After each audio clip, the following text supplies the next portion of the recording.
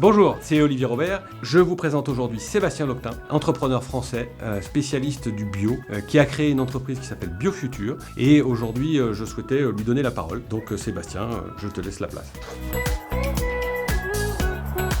Bonjour, Sébastien Loctin, j'ai 48 ans, je suis papa. Je dis ça parce que c'est très important dans mon parcours. Et je suis le fondateur d'une société spécialisée dans l'alimentation biologique et française qui s'appelle BioFuture. C'est pas simple comme question parce qu'on met dans tous nos produits le même engagement, mais il y en a un, c'est le ketchup. Le ketchup, c'est quand même l'icône de la junk food. Et le challenge qu'on s'est fixé, c'est vraiment de le revisiter à la française. Et pour ça, qu'est-ce qu'on a fait? C'est qu'on a complètement déstructuré la recette pour remplacer finalement le sucre par des légumes naturellement sucrés, des carottes, des betteraves, de l'oignon, évidemment cultivés en France en agriculture biologique, et ce qui permet à l'arrivée d'avoir un ketchup français ultra gourmand, ultra gourmet, avec 3 fois moins de sucre qu'un ketchup classique. Donc on est vraiment très fiers parce que c'est un produit hyper déculpabilisant pour les parents. Finalement, on nourrit les enfants de manière hyper sainement, on soutient une agriculture bio et française, et on fait un petit peu un pied de nez à la junk food américaine. Oui, moi je suis indéniablement un sacré français, j'adore mon pays, je suis extrêmement fier de mes racines, de notre culture, qu'elle soit gastronomique ou artistique, de notre richesse également en termes de diversité sur tous les plans. J'ai été à peu près partout dans le monde et finalement il y a très peu d'endroits où je me dis que je serais aussi bien que chez nous. À manger français et bio, on a une traçabilité, une qualité, une diversité qui fait qu'on se nourrit bien. Et ensuite, on crée de l'emploi. C'est-à-dire qu'aujourd'hui, quand on achète des produits issus de notre agriculture, issus de nos PME, on soutient des emplois de PME, on soutient des emplois ruraux, on relocalise des paysans. Donc l'avantage, il est à la fois sociétal, social et évidemment très important d'un point de vue santé. C'est un vrai choix du cœur que de produire en France, mais pas que. Je suis lyonnais, donc je suis un grand amateur de bouffe. Mes grands-parents étaient chefs pâtissiers, traiteurs, boulangers. Donc j'ai toujours baigné dans une culture gourmande et de produits de terroir. Et c'est vrai qu'historiquement, mes grands-parents sourçaient toutes leurs matières premières de manière assez locale. J'ai gardé cette image d'Épinal d'une agriculture française avant de réaliser que finalement on en était très loin quand on se penchait sur nos assiettes.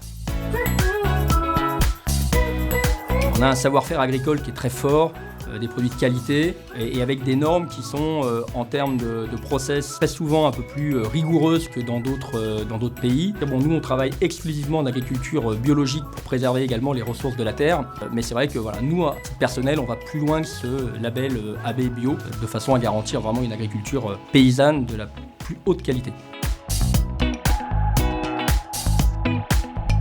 Qu'est-ce que c'est qu'être cher? Moi je raisonne plutôt en rapport qualité-prix. Je pense qu'en France, on a un rapport qualité-prix qui est très bon sur l'alimentation parce que c'est un rapport qualité-prix qui prend soin de celui qui produit, qui prend soin de celui qui mange, de celui qui processe et donc qui fait vivre toute une chaîne et qui nourrit correctement les gens.